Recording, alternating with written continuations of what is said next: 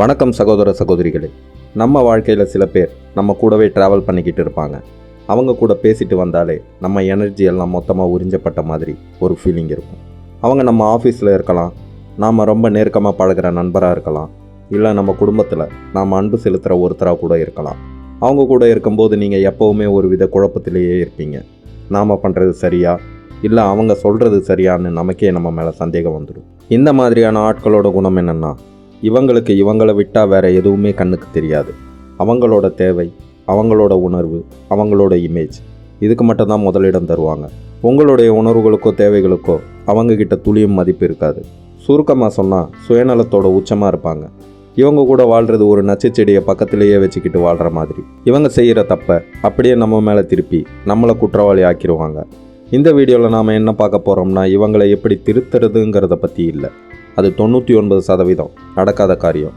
ஆனால் இந்த டாக்ஸிக்கான மனிதர்கள்கிட்ட இருந்து நம்ம மனசையும் நம்ம நிம்மதியையும் எப்படி பாதுகாத்து கொள்வது, நம்ம மன அமைதியை எப்படி தக்க வச்சு கொள்வது, அதை பற்றி தான் பார்க்க போகிறோம். அதுக்கு இந்த 5 முக்கியமான வழிகளை பார்க்க போகிறோம். இந்த வழிகளை உபயோகப்படுத்தி உங்கள் வாழ்க்கையோட அமைதியையும் நிம்மதியையும் பாதுகாத்துக்கிட்டிங்கன்னா அதுவே இந்த வீடியோவோட சக்ஸஸாக இருக்கும். வழி 1, அவங்க குணமே அப்படித்தான். முதல்ல அதை ஏற்றுக்கோங்க. முதல் படியே இதுதான் இருக்கிறதுலையே கஷ்டமான படி கூட. நம்ம மனசு என்ன சொல்லும்? இல்லை, அவங்க மாறிடுவாங்க, நாம் இன்னும் கொஞ்சம் அன்பாக இருந்தால் அவங்க புரிஞ்சுக்குவாங்க, ஒரு நாள் அவங்களுக்கு நம்ம அருமை புரியும்னு நாமளே ஒரு கற்பனையில் இருப்போம். அந்த நம்பிக்கையை முதல்ல கைவிடுங்க. ஏன் சொல்கிறேன்னா, அவங்க பார்வையில் அவங்க பண்ணுறது எந்த தவறும் இல்லை. அவங்க ரொம்ப சரியாக இருக்கிறதாவும் பிரச்சனை நம்மக்கிட்ட தான் இருக்கணும் அவங்க ஆழமாக நம்புவாங்க. தங்கிட்ட தப்பு இருக்குன்னு ஒத்துக்காத ஒருத்தரை யாராலும் மாற்ற முடியாது. அதனால் அவங்க அப்படிதான்னு அவங்கள அப்படியே ஏற்றுக்கிட்டு அவங்கள மாற்ற முயற்சியை மொத்தமாக கைவிடுறது தான் உங்கள் மன நிம்மதிக்கு நல்லது. வழி 2, அவங்க பேச்சை ஒரு காதில் வாங்கி மறுக்காதில் விட்டுடுங்க. இந்த மாதிரி ஆளுங்க ஒரு விஷயத்தில் ரொம்ப கில்லாடியாக இருப்பாங்க.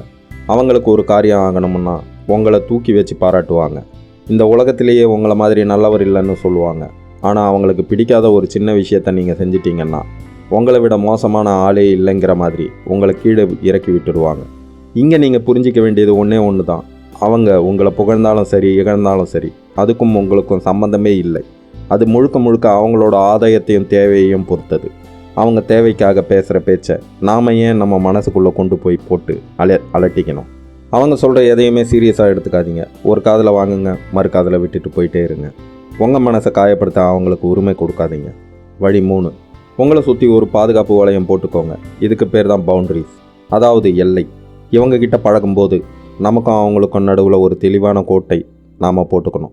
சரி, இந்த அளவுக்கு மேலே என் விஷயத்தில் தலையிடாதீங்க, என்கிட்ட இந்த பேச்சு எல்லாம் பேசாதீங்க, என்னுடைய நேரத்தை நான் இதுக்கு மேலே தர முடியாது, இப்படி நீங்கள் உறுதியாக சொல்ல பழகிக்கணும். நீங்கள் இப்படி ஒரு கோடு போட்டால் அவங்க உடனே அதை மதிப்பாங்களா? நிச்சயம் மதிக்க மாட்டாங்க. அப்புறம் எதுக்கு இந்த கோடுன்னு கேட்கலாம். இந்த பாதுகாப்பு வளையம் அவங்கள மாற்றுறதுக்கு இல்லை, உங்கள் மன ஆரோக்கியத்தை காப்பாற்றிக்கிறதுக்கு. முடியாது அல்லது இல்லைன்னு சொல்கிறது உங்கள் உரிமை. அப்படி சொல்கிறதால நீங்கள் கெட்டவர் கிடையாது. உங்கள் நிம்மதியை காப்பாற்றிக்க நீங்கள் எடுக்கிற ஒரு முக்கியமான நடவடிக்கை தான் அது. வழி 4, அவங்களோட வார்த்தை ஜாலத்துக்கு மயங்காதீங்க. அவங்க சொல்கிற வார்த்தைகளுக்கு பின்னால் என்ன இருக்குன்னு ஆராய்ச்சி பண்ணி பாருங்கள். இவங்கக்கிட்ட இருக்கிற பெரிய திறமையே இவங்க பேச்சு தான். அவங்களோட வார்த்தை ஜாலத்தில் நம்மளை சுலபமாக மயக்கிடுவாங்க. சாரி, இனிமேல் இப்படி நடக்காது, நான் உனக்காகத்தான் செஞ்சேன், நான் நிச்சயமாக மாறிடுவேன், எனக்கு ஒரு சான்ஸ் கொடுன்னு இனிமையாக பேசி உங்களை மறுபடியும் அவங்களோட வலையில் விழ வைப்பாங்க. நீங்கள் சரின்னு சொன்னதுக்கப்புறம் அவங்களோட நடத்தையில் துளி கூட மாற்றம் இருக்காது. பழைய குருடி கதவை திருடுன்ற மாதிரி மறுபடியும் கொஞ்ச நாள்லேயே அவங்களோட நச்சுத்தன்மையை வெளியே காட்டுவாங்க. அவங்களோட பேச்சில் மட்டும் தேன் ஒழுகும், ஆனால் செயலில் எந்த மாற்றமும் இருக்காது. அதனால் இனிமேல் அவங்க வார்த்தைகளை நம்பாதீங்க, அவங்க செயல் என்ன சொல்லுதுன்னு மட்டும் பாருங்கள். உங்களுடைய நடவடிக்கைகளும் நான் இனிமேல் ஏமாற மாட்டேன்னு அவங்களுக்கு சொல்கிற மாதிரி உறுதியாக இருக்கணும். வழி 5, உங்கள் மனசுக்கு நீங்களே ஆறுதல் சொல்லிக்கோங்க. நமக்கு கஷ்டமாக இருக்கும்போது நம்மளை காயப்படுத்தினவங்களே வந்து சாரி, உன்னை கஷ்டப்படுத்திட்டேன், எனக்கு புரியுதுன்னு சொல்லணும்னு நாம் எதிர்பார்க்கறது இயல்பு தான். ஆனால் இந்த மாதிரி ஆளுங்கக்கிட்ட அதை மட்டும் எதிர்பார்க்காதீங்க. அடுத்தவங்க கஷ்டம், அடுத்தவங்க வலி, இதெல்லாம் அவங்களுக்கு புரியவே புரியாது. அது அவங்க இயல்பிலேயே இல்லை. அவங்கக்கிட்ட போய் உங்கள் கஷ்டத்தை சொல்கிறது ஒரு கல்கிட்ட போய் எனக்கு ஆறுதல் சொல்லுன்னு கேட்குற மாதிரி. அதனால் உங்கள் உணர்வுகளுக்கு அங்கீகாரம் தேடி அவங்கக்கிட்ட போகாதீங்க. உங்களுக்கு நீங்களே ஆறுதல் சொல்லிக்கோங்க. ஆமாம், எனக்கு கஷ்டமாக இருக்குது, நான் இப்படி உணர்றதால தப்பு இல்லைன்னு உங்கள் உணர்வுகளை நீங்களே மதியுங்க. உங்களை புரிஞ்சிக்கிற நல்ல நண்பர்கள் கிட்ட உங்கள் கஷ்டத்தை பகிர்ந்துக்கோங்க. உங்கள் சந்தோஷத்துக்கும் உங்கள் மன நிம்மதிக்கும் நீங்கள் மட்டும்தான் பொறுப்பு. சுருக்கமாக இந்த 5 வழிகளை ஞாபகம் வச்சுக்கோங்க. அவங்க குணம் அப்படித்தான், அவங்கள திருத்தவே முடியாது. இந்த உண்மையை ஏற்றுக்கங்க. அவங்க பேச்சை ஒரு காதில் வாங்கி மறுக்காதில் விட்டுடுங்க.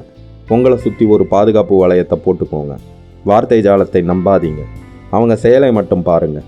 உங்கள் மனசுக்கு நீங்களே ஆறுதல் சொல்லிக்கோங்க. இந்த 5 வழிகளை நம் வாழ்க்கையில் பின்பற்றுவது ஒரே நாளில் வராது. ஆனால் கொஞ்சம் கொஞ்சமாக முயற்சி பண்ணால் உங்கள் மன நிம்மதியை நீங்கள் கண்டிப்பாக திரும்ப கொண்டு வர முடியும். இந்த உலகத்தில் உங்களை விட முக்கியம் எதுவும் இல்லை. இந்த டிப்ஸ் பற்றி நீங்கள் என்ன நினைக்கிறீங்க? இதே மாதிரி அனுபவம் உங்களுக்கும் இருக்கா? மறக்காமல் கமெண்டில் சொல்லுங்கள். அடுத்த வீடியோவில் சந்திக்கலாம். நன்றி.